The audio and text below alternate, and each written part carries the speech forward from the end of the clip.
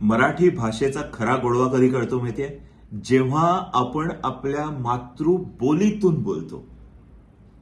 माझं गाव सातारा आहे, माझा जन्म कोल्हापूरचा आहे, माझं शालेय शिक्षण कोकणात झालं, पुढे कॉलेजचं शिक्षण व्यवसाय कोल्हापुरात आहे, सासूरवाडी कोल्हापूरची आहे.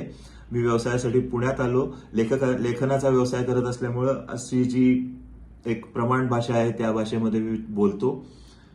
मी मुंबईत जातो, मुंबईतली भाषा पाहतो, तिथली बोली पाहतो, पुण्याच्या आसपासची मावळाची बोली, सोलापूरहून आलेले कोणीतरी मित्र आहेत, नागपूरहून आलेले कोणीतरी मित्र आहेत, छत्रपती संभाजीनगरहून आलेले कोणीतरी मित्र आहेत. हे वेगवेगळ्या भागातून आलेल्यांची बोली ऐकतो, पाहतो.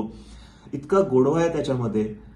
आणि आजही कोल्हापुरातल्या माझ्या मित्रांशी मी त्याच बोलीमध्ये बोलतो, कोकणातल्या मित्रांशी त्याच बोलीमध्ये बोलतो. या गोडव्यामुळे मराठी भाषेचा अभिजातपणा टिकून आहे आणि आपल्याला तो टिकवायचा आहे, आपल्याला तो पुढच्या पिढीकडे द्यायचा आहे. त्यामुळे आपण आपली बोली सोडता कामा नये.